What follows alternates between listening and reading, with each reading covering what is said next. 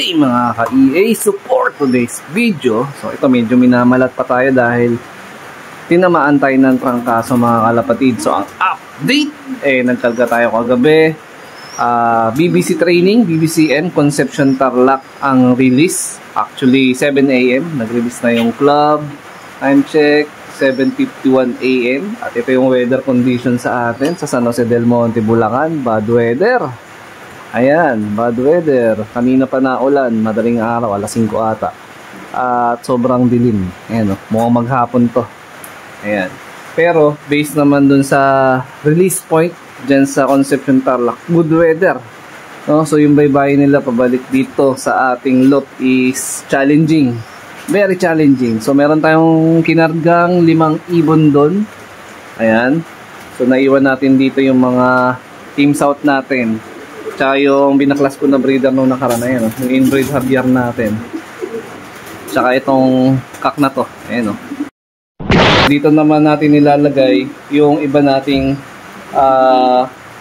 pang north, no? Meron silang mga kapares, may doon nagkaagulo kasi sila dito. So, pag dumadating yung ibon, nililipat ko dito. Ito mga kapares to nung mga pang north natin. Pero itong dalawang yan is pang south naman natin yan.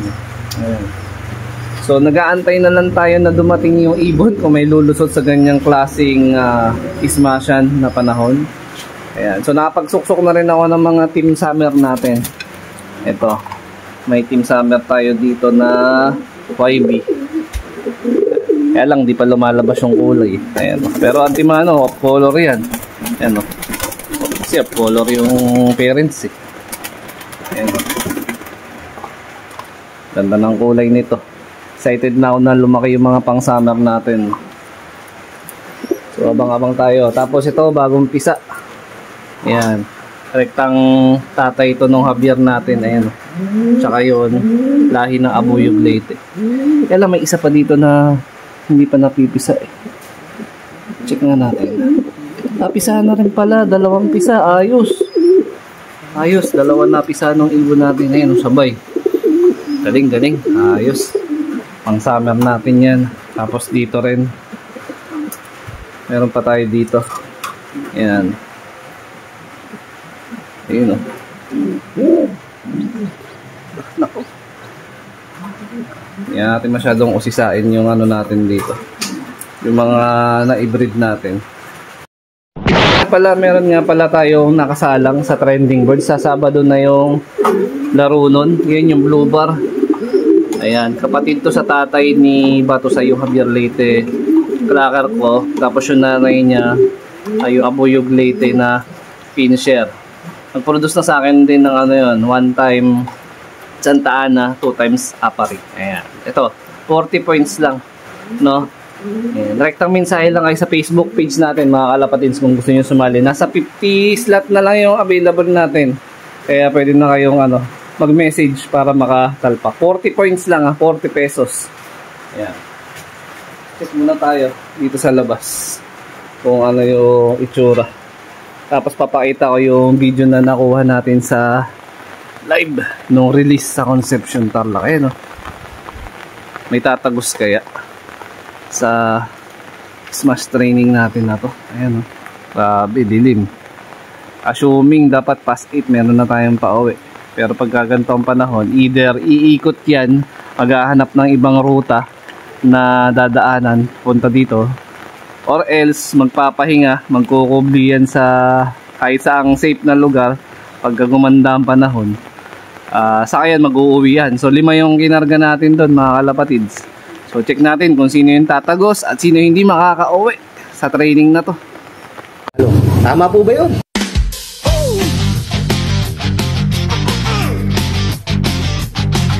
Naglalaban ang mga ibon, silanganan na ng masigla.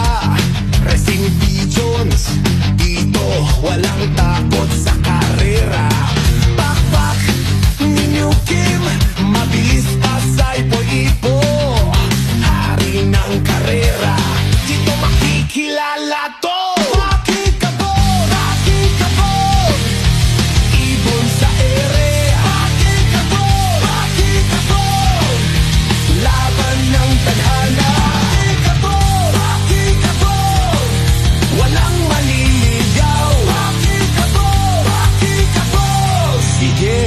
ituloy natin.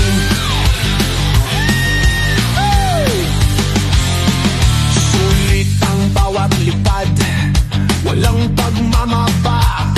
Survival of the fittest, dito walang tamad. Sikabog, Rocky Kabog, ibon sa ere. Rocky Kabog, Rocky Kabog, laban ng tadhana. Rocky Kabog, Rocky Kabog, walang maliligaw. Rocky Kabog, Rocky Kabog, sige, ituloy natin.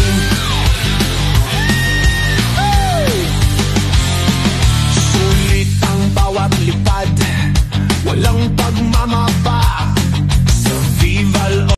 A few moments later. Hindi tayo makaka-EA. Time check, 8:22 AM. Ayan. Mga wala atang tatalos na ibon natin galing sa Concepcion Tabak Training. Ayan, maulan pa din. Ayan. Naka-on naman yung CCTV natin. Anytime na meron bumagsak dito na ibon natin, makikita naman na CCTV. Ayan, no? Grabe, tuloy-tuloy pa rin ulan. Ilang piraso pa lang nakapagpa-uwi dito sa lugar namin. Siguro mga 5 pa lang. Mga nagsimula nagdating ang ibon nila, mga 8:14, 8:15. Ayan, tayo, wala pa tayong pa-uwi. Hantay pa natin yung 5. Ayan, no? 75 years later.